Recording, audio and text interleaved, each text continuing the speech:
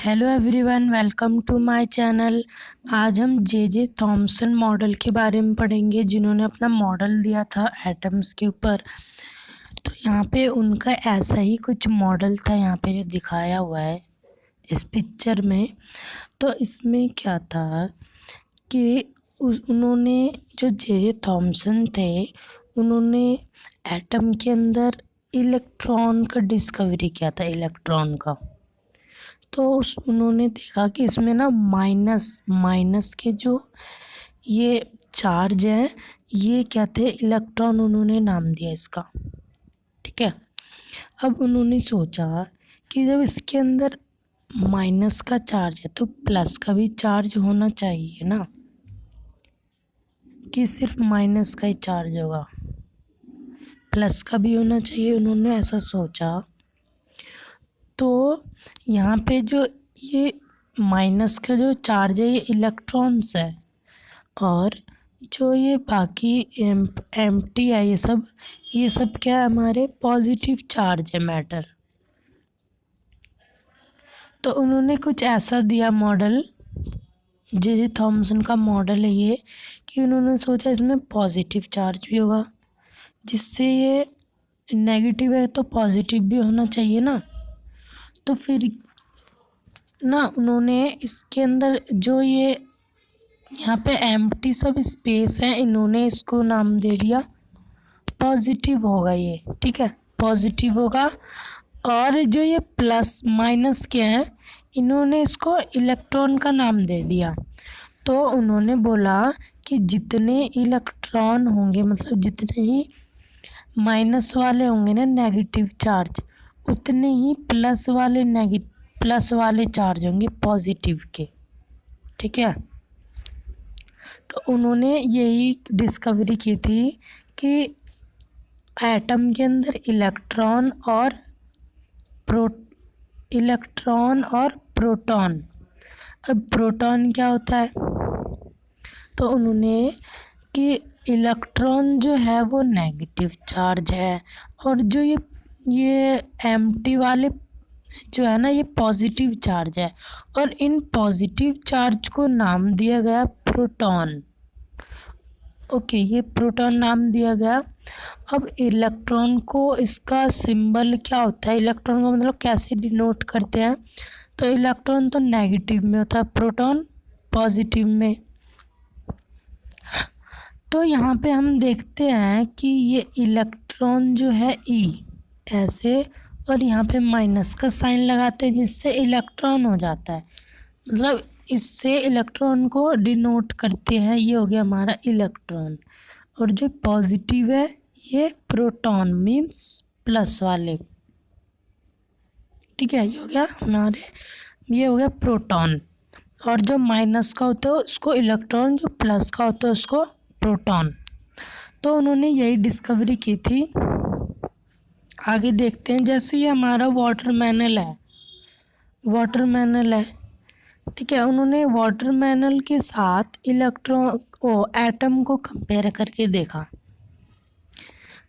ठीक है, तो उनका मॉडल जो था, जैसे इस वाटरमेनल के अंदर एम्प्टी सब रेड वाले स्पेस हैं सब ये, और यहाँ पे ये सीड्स जो है हमारे सीड्स, तो इसमें जो सीड्स है ना, उन्होंने इसको दे दिया, इलेक्ट्रॉन का नाम दे दिया सीड। ठीक है, सीड्स जो है ये इलेक्ट्रॉन है। ठीक है, और जो रेड वाले पार्ट है, ये हमारे पॉजिटिव चार्ज है, पॉजिटिव। ठीक है, तो उन्होंने इसको वाटरमेनल के साथ कंपेयर करके देखा। तो यहाँ पे जो हमारा, जैसे ये था हमारा थॉमसन मॉडल। ठीक है, तो और ये था हमारा वाटरमेनल। जो यहाँ पे स्पेस है वो इलेक्ट्रॉन मीन्स, मतलब जो सीड्स है वो इलेक्ट्रॉन है, और जो ये एम्प्टी स्पेस है ये प्रोटॉन है। ठीक है, तो उन्होंने ऐसे कंपेयर करके देख लिया कि जितने इलेक्ट्रॉन होंगे एटम के अंदर, उतने ही प्रोटॉन होंगे एटम के अंदर। अब हम देखते हैं कि ये रदरफोर्ड मॉडल, उसके बाद क्या हुआ कि उन्होंने अगला जो मतलब क्या था कि जो जे थॉमसन थे वो एक टीचर थे, ठीक है, और वो रदरफोर्ड को पढ़ाते थे, ठीक है। तो उन्होंने उनके स्टूडेंट्स ने उनका एक्सपेरिमेंट किया, अपना एक्सपेरिमेंट किया। तो उन्होंने क्या करा कि एक तो ये ले ली शीट, ठीक है, ये गोल्ड फॉइल की शीट थी। अब उन्होंने रदरफोर्ड ने ये गोल्ड फॉइल की शीट क्यों ली? क्योंकि जो गोल्ड फॉइल होता है वो सबसे पतला होता है, सबसे थिन होता है, इससे थिन कोई सा भी मेटल का नहीं हो सकता वो, ठीक है। तो इससे कोई सा भी मेटल का नहीं हो सकता। तो उन्होंने क्या करा कि ये जो हमारा है, ये पहले मैं आपको एक और चीज़ समझा देता हूँ कि ये होता है हमारा अल्फा पार्टिकल, ठीक है।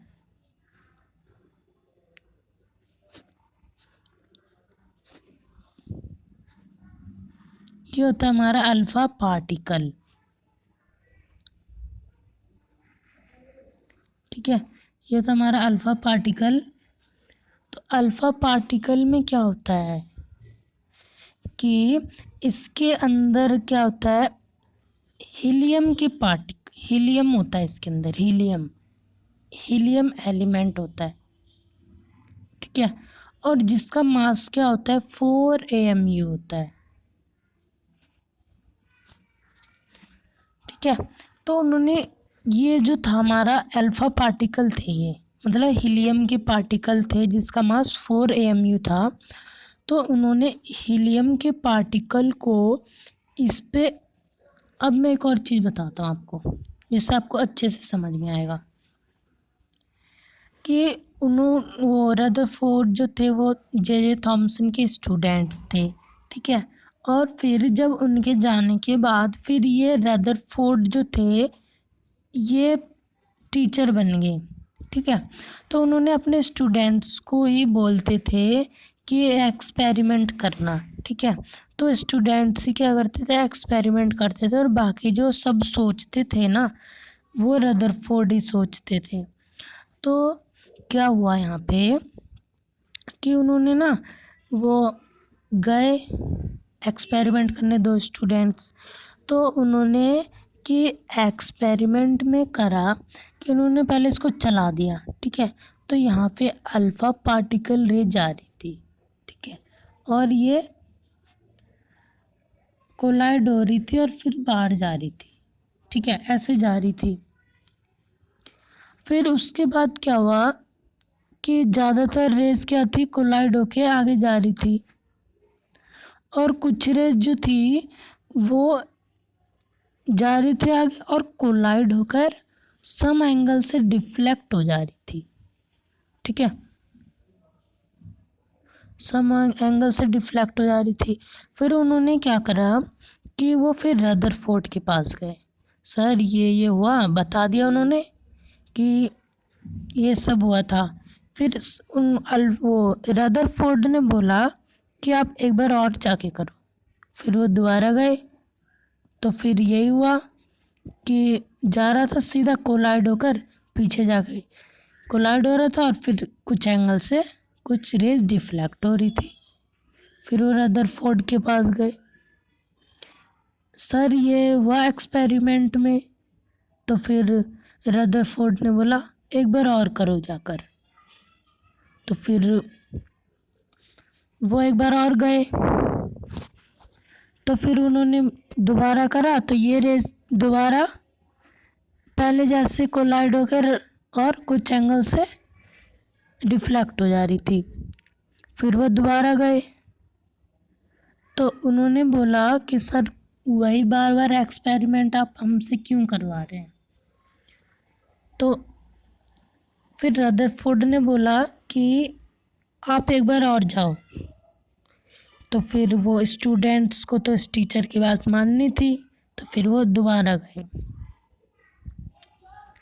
तो जब वो इस बार एक्सपेरिमेंट कर रहे थे ना, तो उन्होंने देखा कि ये रेस जा रही थी सीधी, ठीक है, सीधी रेस जा रही थी और फिर कोलाइड हो रही थी पीछे, ठीक है, और वही अगली वाली मतलब और सम रेस डिफ्लेक्ट हो जा रही थी, ठीक है। तो उन्होंने इस बार देखा कि जो एक रे थी वहाँ पे कोलाइड होके बाउंस बैक होगी, ठीक है, कोलाइड होकर बाउंस बैक हो गई।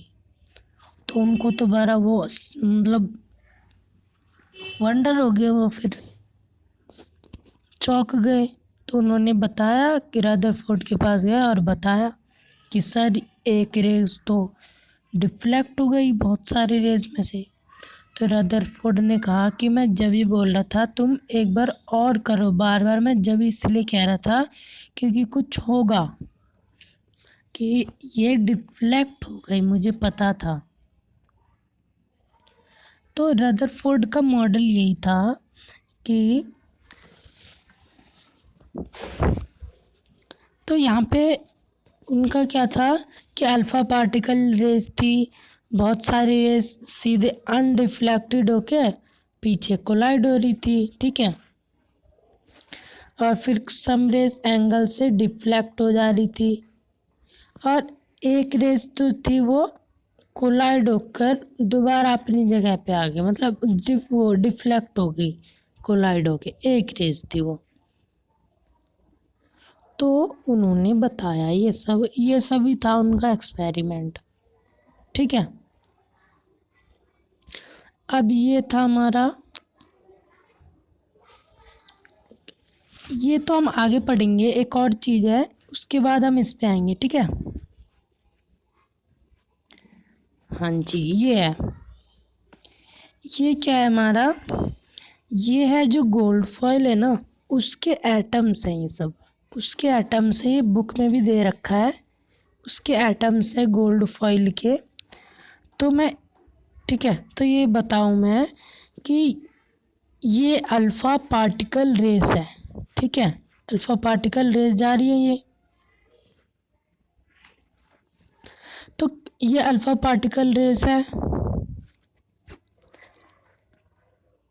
ठीक है।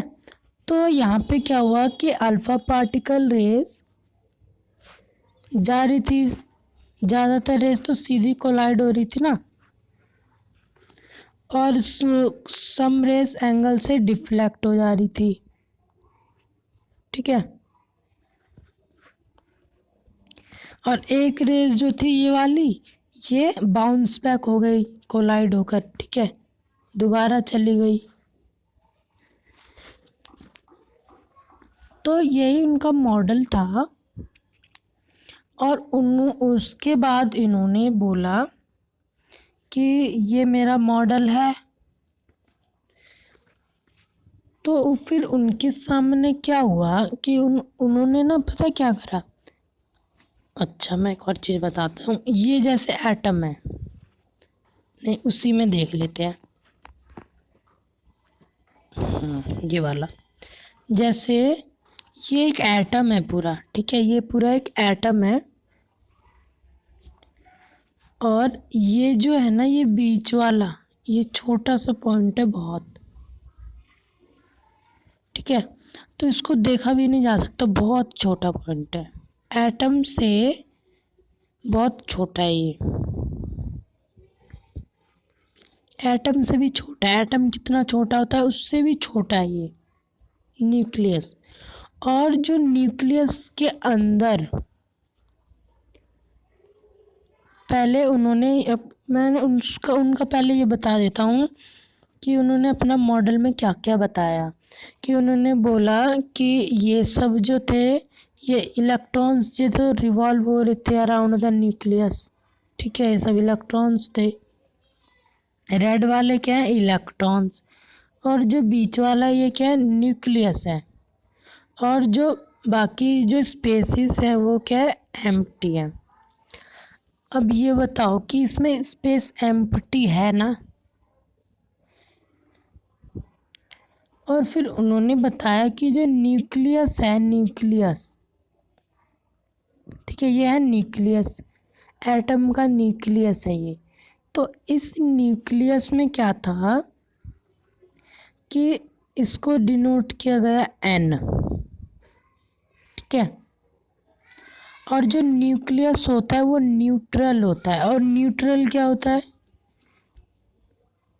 ये देखो, जैसे यहाँ पे है कि जे थॉमसन मॉडल के अकॉर्डिंग ये सब जितने प्रोटॉन होंगे उतने ही क्या होंगे, इलेक्ट्रॉन्स होंगे। तो सब क्या हो जाएंगे, कैंसल हो जाएंगे एक दूसरे से, ठीक है, सब कैंसल हो जाएंगे एक दूसरे से। तो क्या हो जाएगा, ये सब न्यूट्रल हो जाएगा, मतलब इसमें कोई भी चार्ज नहीं होगा, न्यूट्रल हो जाएगा, ठीक है।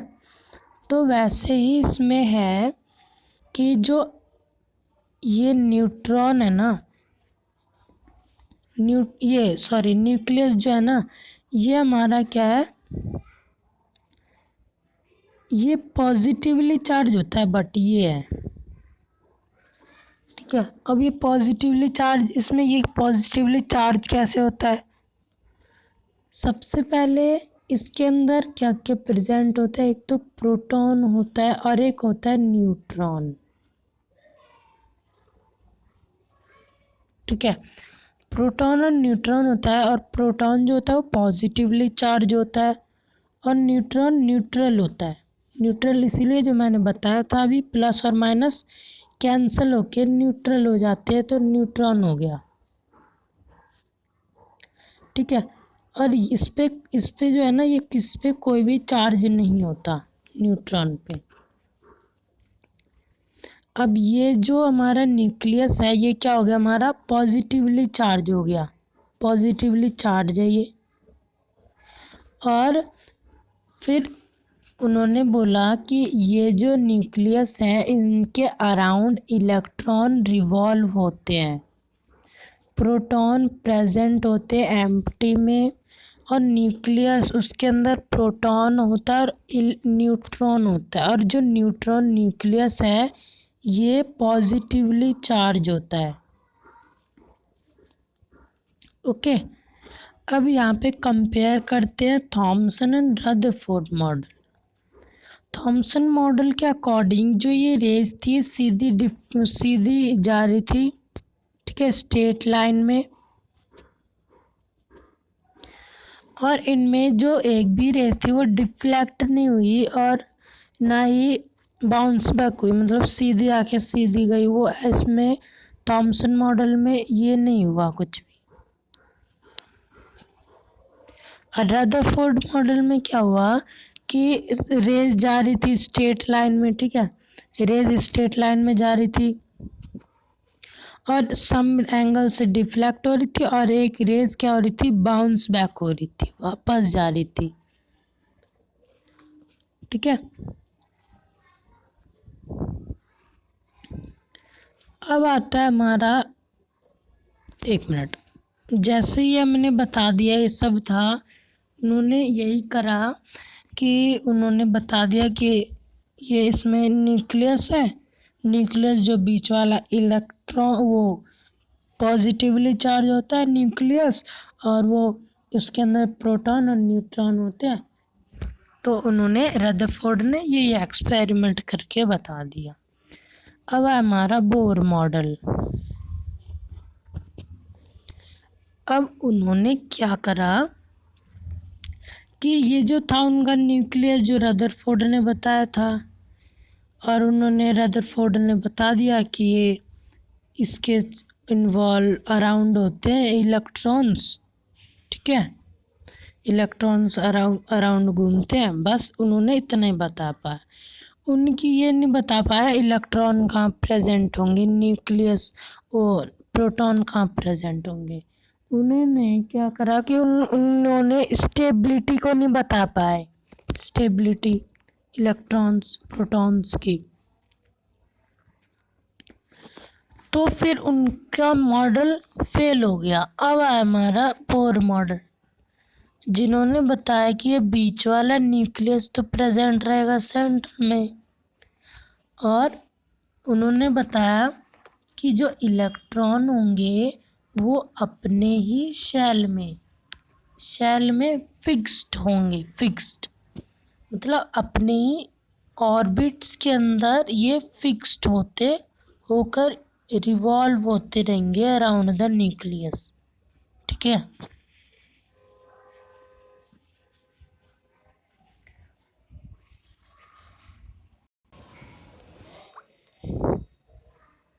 अब उन्होंने बताया कि अपने फिक्स्ड ऑर्बिट में वो रिवॉल्व करेंगे न्यूक्लियस के। तो यहाँ पे इसको क्या का नाम दिया गया, न्यूक्लियस।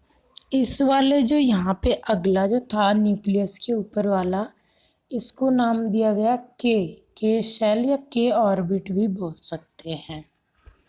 और जो नेक्स्ट वाला ऊपर का था के शेल के ऊपर वाला, इसको नाम दिया गया एल शेल। ठीक है। और इसको नाम दिया गया एम शेल, इसको नाम दिया गया एन शेल। सबको नाम दे दिया बोर ने। उसके बाद उन्होंने बताया कि जो फर्स्ट मतलब न्यूक्लियस के ऊपर वाला होगा के शेल, उसके अंदर 2 ही इलेक्ट्रॉन प्रेजेंट होंगे, 2 इलेक्ट्रॉन। ठीक है, 2 इलेक्ट्रॉन प्रेजेंट हो गए। अब उन्होंने बताया कि जो एल शेल होंगे उसके अंदर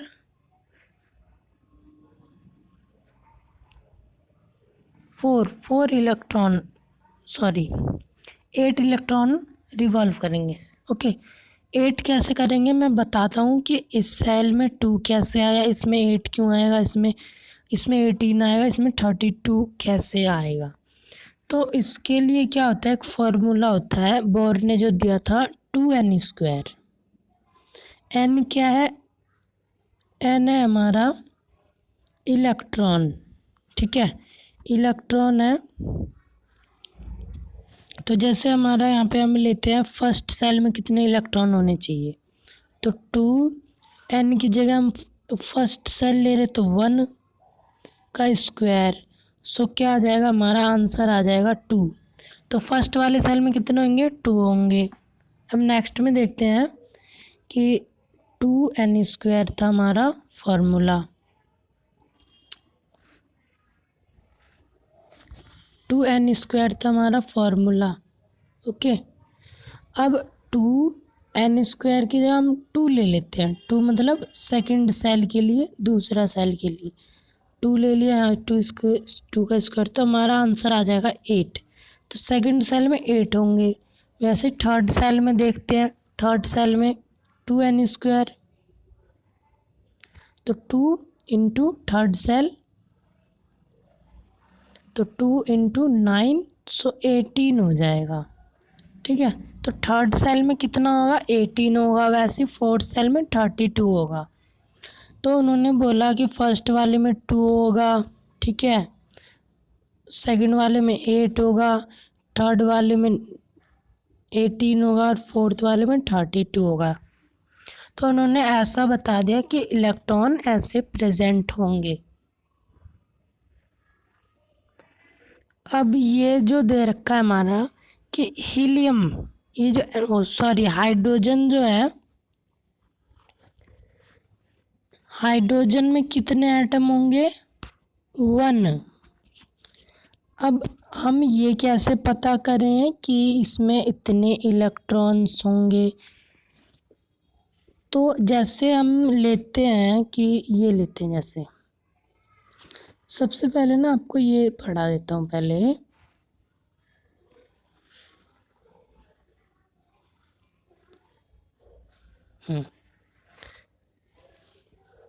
ये वाला पढ़ाता हूँ, ठीक है।